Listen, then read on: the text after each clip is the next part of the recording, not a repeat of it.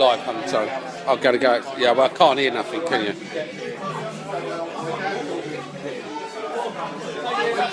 Evening all.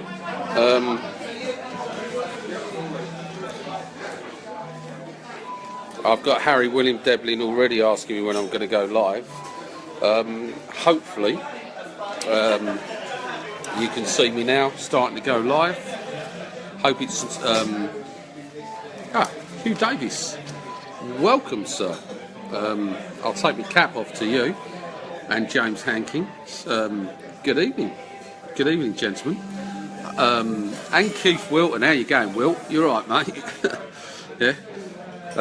Harry's in. Oh, I've got 10 people who are watching me live. Karen Child's in. That's good stuff. Sarah Everett Skinner's in. Good evening to you, Sarah. And Diane is in. Oh, I'm going to go and get me pint in. Hang on, I'll be back. I'll come in, but I'm just going to go and get me pint. Don't go away. I'm with you. Hang on. Might be a bit noisy in the pub. Hang on. Say hello to Sue. Hello. She don't speak much. Hang on. Hello, Samuel. Phil. Evening. Jason. Doma. Doma. I didn't friend you, Dom, because you come up as a new person, but I will have to go friend you. Neil. Jason Wilson. Evening, Graham and Sue. She's not here now. I've just dumped her. She's tied up in the pub eating her lunch, yeah, or eating her dinner. Harry, hello, Sue. I will tell her you said hello. So I'll give it a couple of more minutes. Let me tell you what I've been up to. Drinking beer. Cheers, everyone. A nice bit of Bath Ale, as it goes, down in glorious Somerset. What have I been up to this week? Oh yes, Monday. What did I do Monday? Someone help me. No, I delivered the. Okay. I'll get you in, Dom. It's okay. Monday, BTEC 4, Module 2, all about feedback. Crackingly good day, so thank you for those who participated. Oh yeah, I delivered a standards check training day in Bristol on Tuesday, which went really well. Hello John, hello Caroline Taylor. Don't say hello to me then. Well, I have now. Gary Lears.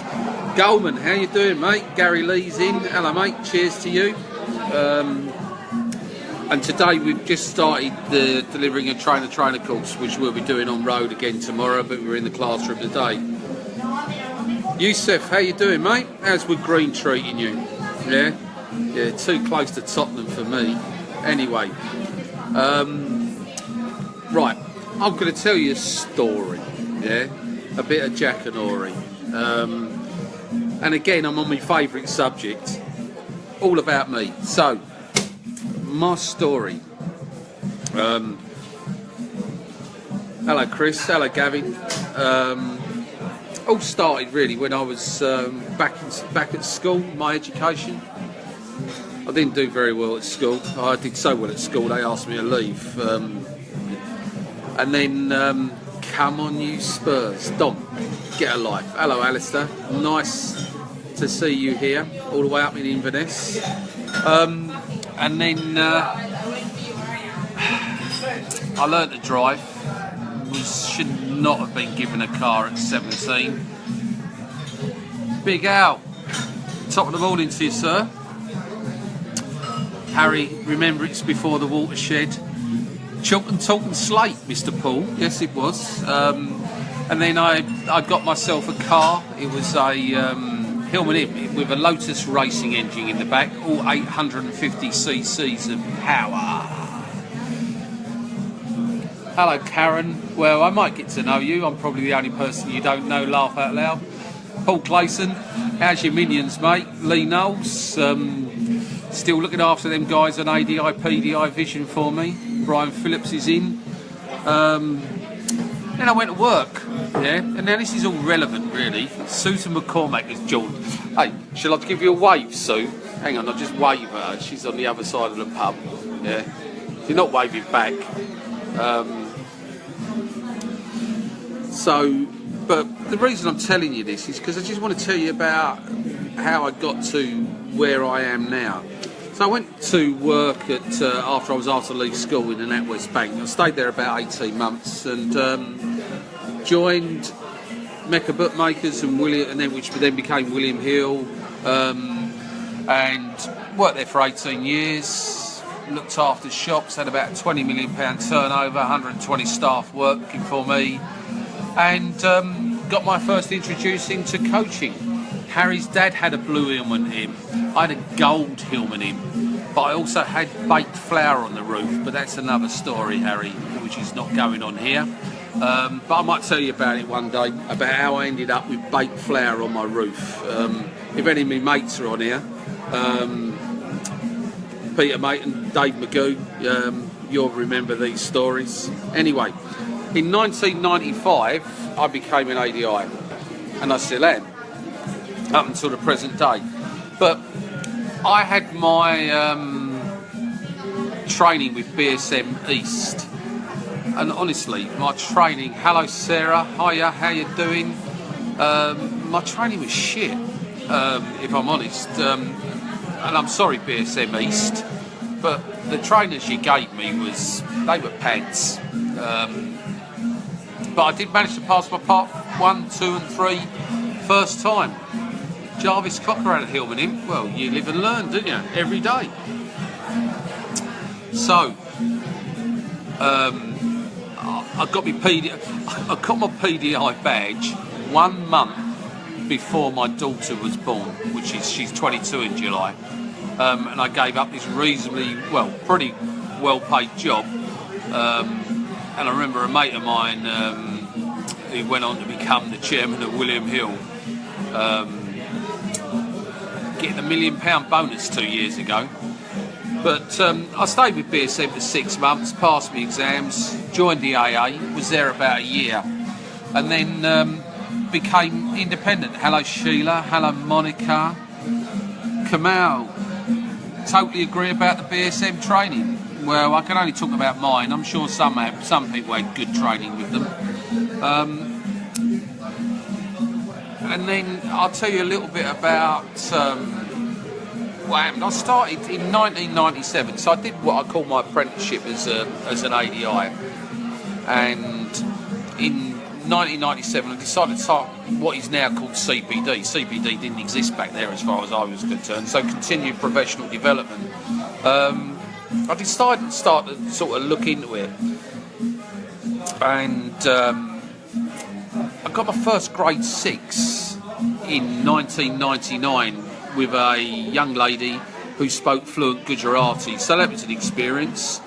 Hello William, Andrew, Carol, Adrian, good evening to you. And I did my first CPD and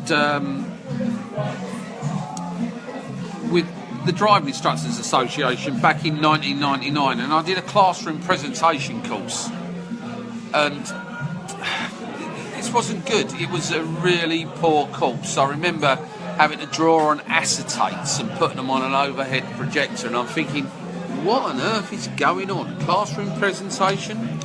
But what happened on that course, and this is why going on CPD courses is really pretty good, is that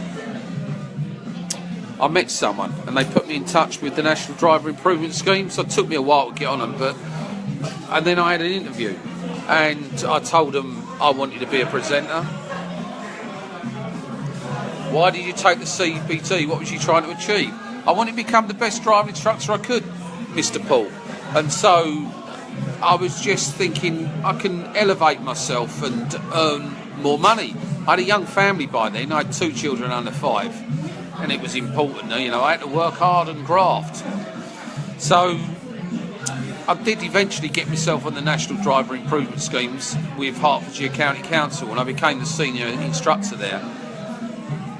And I remember having the banging on about the system of car control, and hey, Susie Cocaine, and I ended up doing my ROSPA diploma, and that was in the year 2000. And then I also did, then went on and did my DIA diploma, which really helped me educate myself, and I found that very useful. So the DIA got them, put themselves in good stead then. Hi Adrian, Hazel Young's in, and then, well, I don't know what I did. I'm trying to read what I did in 2001. I did my Cardigan special test. I also did my IIM in 2000. Hello Richard. And also I did my ROSPA Gold as well.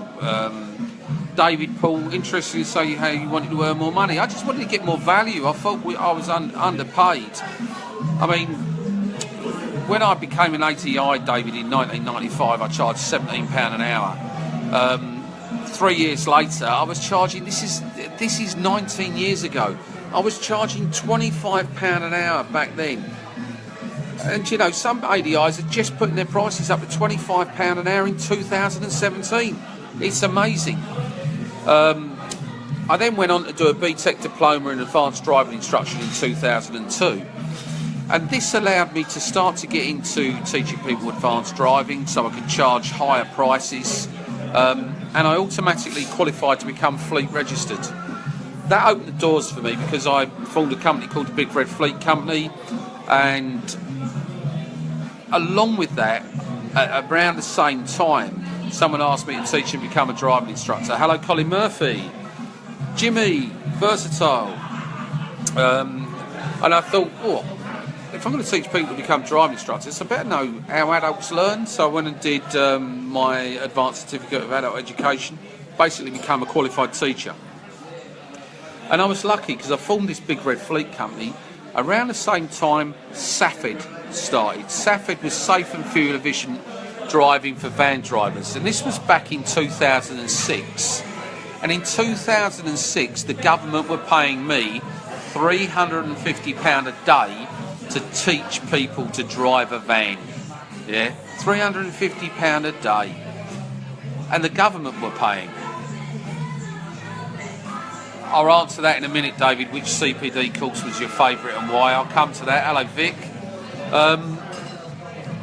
And in the SAFED, I became a SAFED trainer. Then I became a SAFED trainer, and also became a SAFED assessor.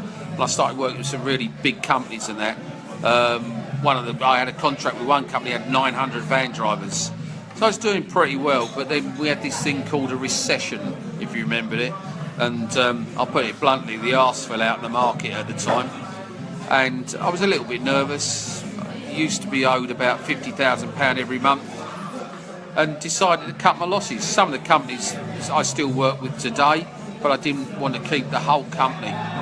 Then in 2009, because I was already interested in this through my fleet company, I was already interested in coaching, and so I'm getting onto my favourite courses, David. I went and did coaching for driver development at the University of East London. I did a 1-year course there, and then went on to do a coaching course the following year in 2010, which was based on coaching, evidence-based coaching.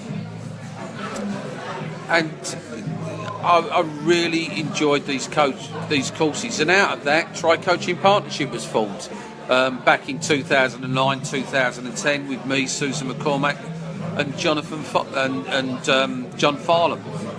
I also got a BTEC Level 4 in Coaching for Driver Education in 2013, which is probably the best course I've ever done in my life, and everyone should do that. Yeah, excuse the plug. But the other things is that I've been audit registered on the official registered driving instructor since 2005. Always got straight sixes. Come off for a short time, and in 2016 went back on it. And all I would say is I've got to know everything I've done through CPD I've put into practice, because I definitely believe use it or lose it. And so, not courses for courses' sake, but courses to, well, use it or lose it. So I've done a lot of work in advanced driver training, a lot of work in fleet, a lot of work in ADI development, a lot of work in teaching people to become driving instructors, a lot of work in helping people to coach.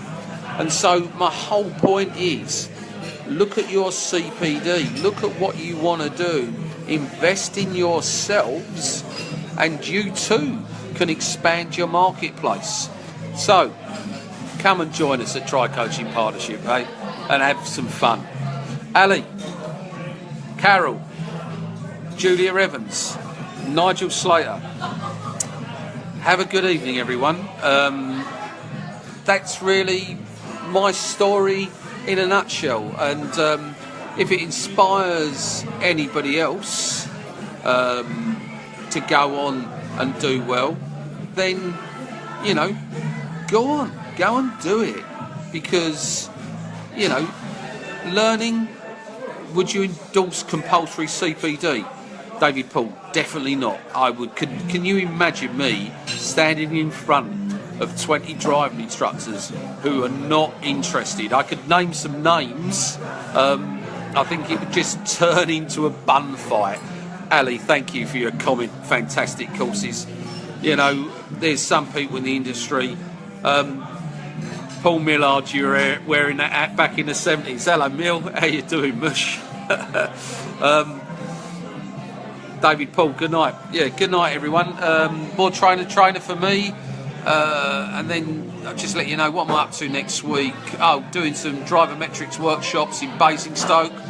Off to lovely Leeds and Gaul, of all places. So, Harry, it was a lovely story, Graham. Will there be a follow-up story? The adventure continues.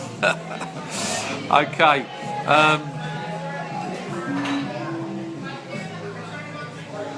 Catch you later. Be good.